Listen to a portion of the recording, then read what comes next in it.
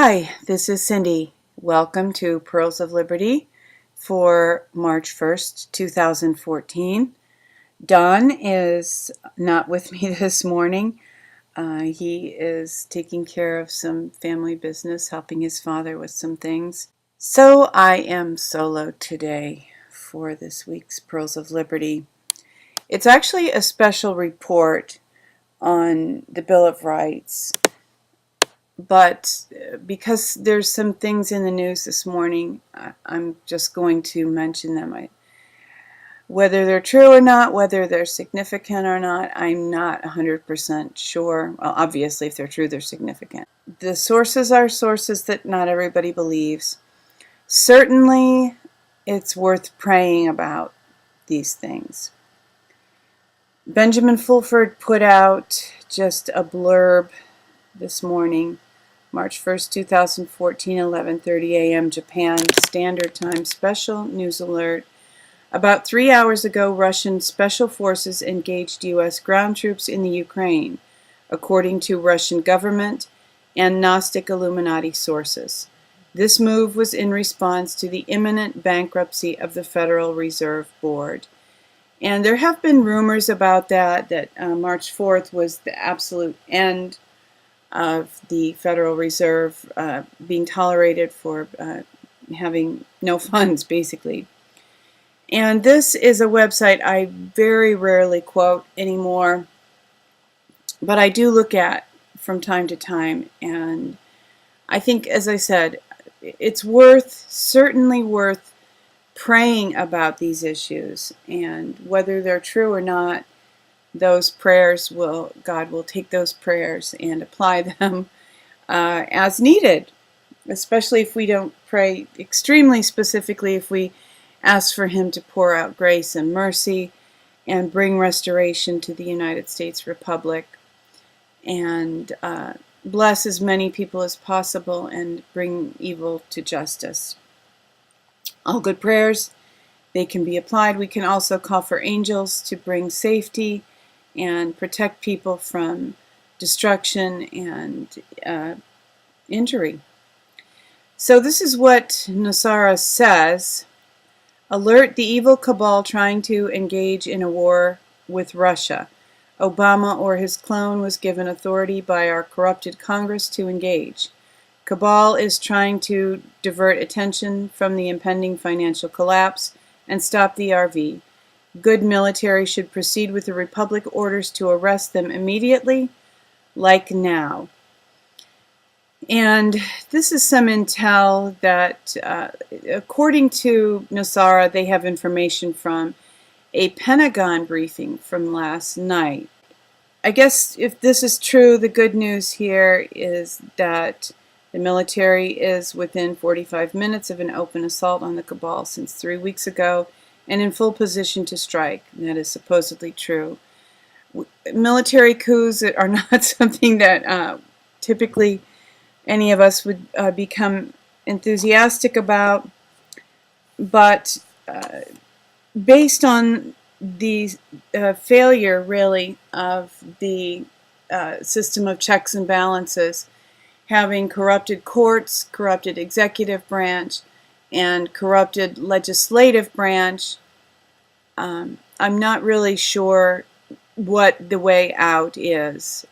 Elections can be stolen, and so this is where we are now. Whether this is true or not, as I said, take with a grain of salt, big grain of salt. And I am going to move on to what I had intended to talk about today, which is the Bill of Rights. And I was very encouraged a couple weeks ago in reading over these. I was both encouraged and maybe a little discouraged, or at least astonished, maybe an appropriate word, as to how far we have departed from the Bill of Rights. I'm going to go through them. Some I have comments and some I don't. Some I have links and some I don't. I probably comment a little bit on each of them. First Amendment, Congress shall make no law respecting an establishment of religion or prohibiting the free exercise thereof, or abridging the freedom of speech or of the press, or the right of the people peaceably to assemble and to petition the government for a redress of grievances. You probably have many instances of breaches of this First Amendment in your mind, and I am just going to mention one.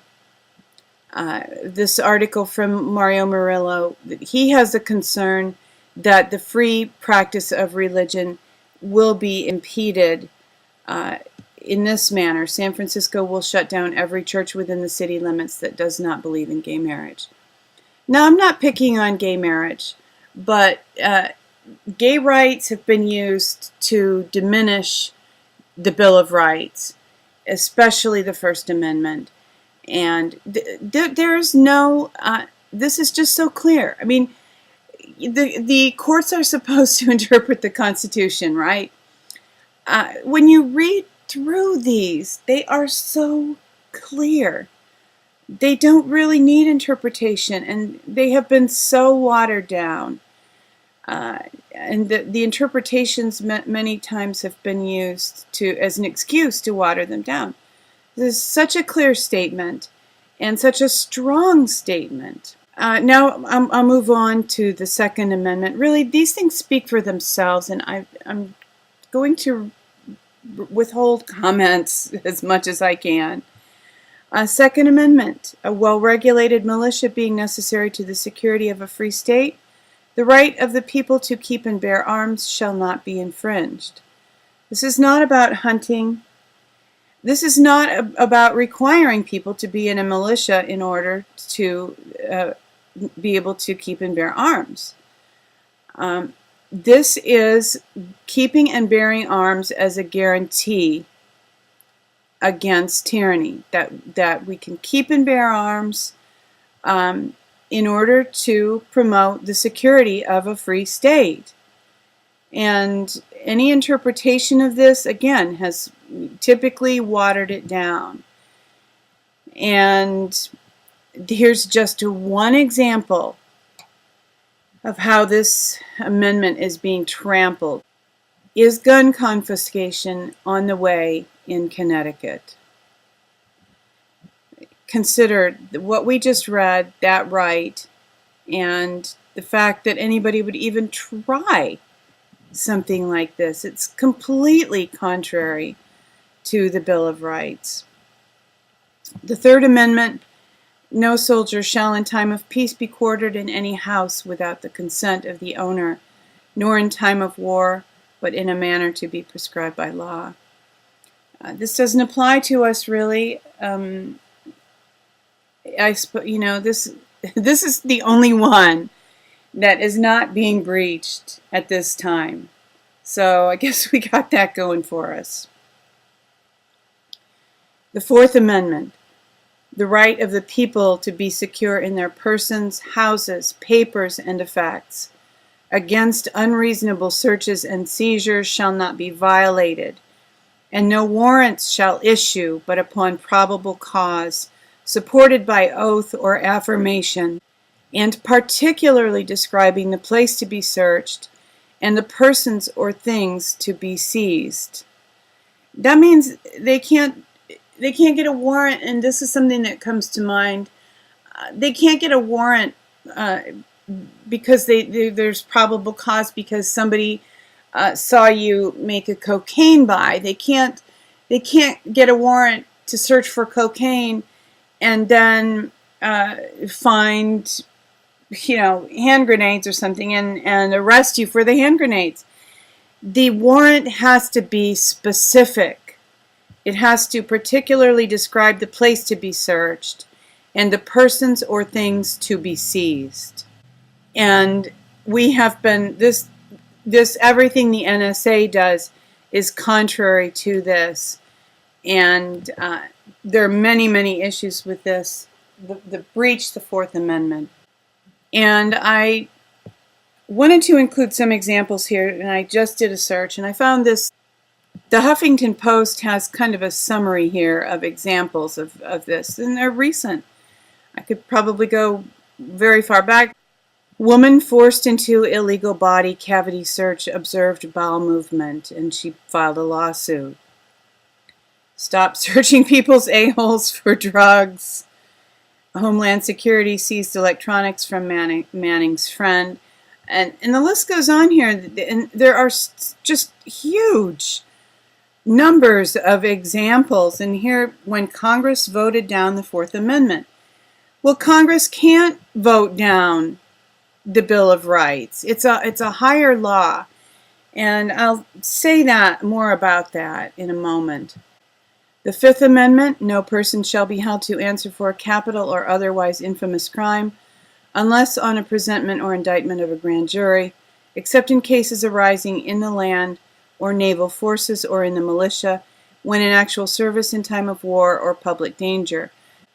Nor shall any person be subject for the same offense to be twice put in jeopardy of life or limb, nor shall be compelled in any criminal case to be a witness against himself, nor be deprived of life, liberty, or property without due process of law, nor shall private property be taken for public use without just compensation. This is meaty, but the one that I want to focus on, there's so much here. See, reading through these, you learn the rights that you have. These are your rights, and we really need to insist on them. The one that I'm going to focus on a little bit is the fact that you don't have to incriminate yourself. Now, that doesn't say within the context of a trial. You don't have to tell the government anything that would tend to incriminate you. And where are we confronted with this? Whenever the IRS or other government agencies ask you to fill out forms. If you don't properly fill them out, you might be subject to criminal prosecution. Therefore, if you are filling them out, that is a breach of the Fifth Amendment. And this is something that we need to know for ourselves. We need to demand these rights. In theory, anytime you fill out a tax form, you could be tending to incriminate yourself, and therefore that is a breach of the Fifth Amendment. And you can get in trouble. There can be criminal. Here's a criminal tax matter, fraud and false statements. And I just have the list here. I did the search criminal tax fraud on Start page because there are a lot of issues here. I don't claim to understand them all, but I know for a fact, and this is a specific example, if you fill out a form wrong, say you're filling out a form for your family, and at the time you fill out the form, you believe that you gave this much to charity, and later it's found out that you didn't. Boom, there's fraud, and that could, in theory, mean criminal prosecution. Fifth Amendment, you don't have to incriminate yourself. You don't have to fill out forms that might get you into trouble. Sixth Amendment, in all criminal prosecutions, the accused shall enjoy the right to a speedy and public trial by an impartial jury of the state and district wherein the crime shall have been committed, which district shall have been previously ascertained by law, and to be informed of the nature and cause of the accusation, to be confronted with the witnesses against him, to have compulsory process for obtaining witnesses in his favor, and to have the assistance of counsel for his defense. And for these next few amendments, I'm really going to focus on this website, Fast and Furious Justice Now, which is about Ian Garland, the FFL, who was set up as part of Fast and Furious. And every single one of these next few amendments were breached in how he was treated by the justice system. And there are many, many other examples, but this is just, for me, because this pulls them all together. And I'm sure some examples come to mind for you, but if you study this website, read his letters. You can't do just search terms for all of the keywords, because some of what is documented here is documented in JPEGs of his handwritten letters. But you can learn all about what happened to Ian. He was put in jail, denied bail, and was not given a speedy trial. He was in jail for many months before he was given the opportunity to accept a plea bargain. And he was told that if he waited for a jury trial, it would be 2 years. And since he did not have bail. And he also was subjected to cruel and unusual punishment. If you read his story, as I said, all of these were breached in the way the justice system treated Ian Garland. The Seventh Amendment, in suits at common law where the value in controversy shall exceed $20, the right of trial by jury shall be preserved, and no fact tried by a jury shall otherwise re-examined in any court of the United States than according to the rules of the common law. He was told that he couldn't have a jury trial. He could, but he would have to wait 2 years in jail. And he was being so badly mistreated that he feared for his life, and it was difficult for him to imagine waiting that long for a trial. So he did accept a plea bargain. Eighth Amendment, excessive bail shall not be required, nor excessive fines imposed, nor cruel and unusual punishments inflicted. Well, not only, there wasn't excessive bail required, he was denied bail. And many of the other, I won't even get into it, it's just too much. You can read the whole story on his website, Fast and Furious Justice Now. The Ninth Amendment, the enumeration in the Constitution of certain rights shall not be construed to deny or disparage others retained by the people. This basically says, hey, if there's something that we forgot a right that we forgot to put in, that doesn't mean you don't have it.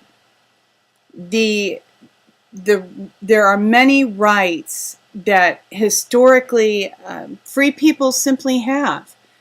And I'm just going to mention common law here, but I'll say more about it when I'm finished with these. And I don't have anything specific for the Ninth Amendment. I guess I'll read this paragraph. The Ninth Amendment protects rights not specifically enumerated by the Constitution. It was rarely cited before the second half of the 20th century, when it was used as a partial foundation for the right to privacy in several landmark cases. And these all have to do with, what's convenient, what the big pharma wanted, and what the people who put up the Georgia Guidestones and Planned Parenthood, and the people who are racist and wanted to practice eugenics. They used this amendment to serve their purposes. They twisted and turned it. And it's ours. It belongs to us. These rights are for us. Corporations might invoke them and use them, but these are for we the people. And the 10th Amendment, the powers not delegated to the United States by the Constitution, and there really aren't many that are delegated to the United States by the Constitution. The powers not delegated to the United States by the Constitution, nor prohibited by it to the states, are reserved to the states respectively, or to the people. And for this, I'm going to reference the 10th Amendment Center website, and they are very aware of this amendment, and they are working hard to help states insist on their rights and break the power of the federal government.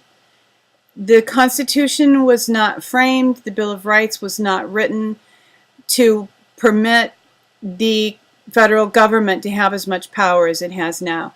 They were written and crafted to limit the power of the federal government.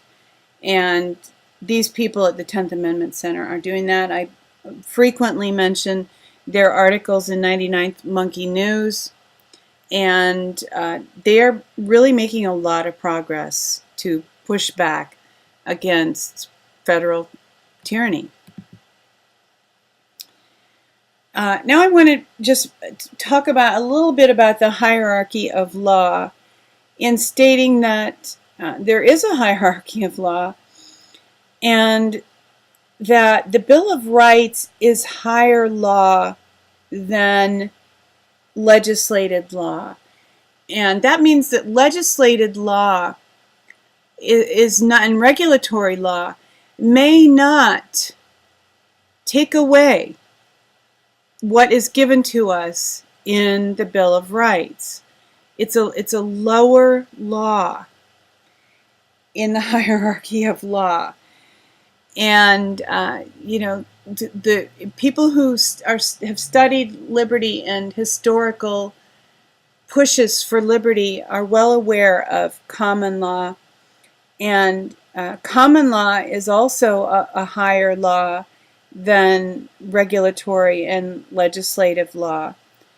It is the historic accepted standards for human behavior, roughly, loosely based on the Ten Commandments, but also including, some other ideas, but historically widely recognized as a standard by which people live. And so common law, to some extent, is based on biblical law.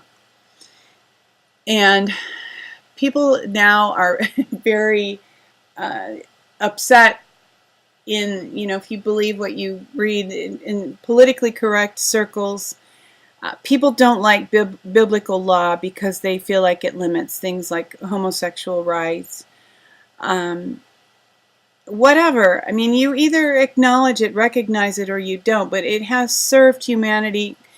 Biblical law has served humanity well. The Ten Commandments have served humanity well when and to the extent that they have been observed. And I happened to read this passage this morning, Leviticus 25, and I want to end this morning by making the point that there's a lot of kindness in biblical law. It's not all about thou shalt not. It's about understanding human need and human frailty and crafting ways for us to live together and do as little harm to one another and even the earth as possible.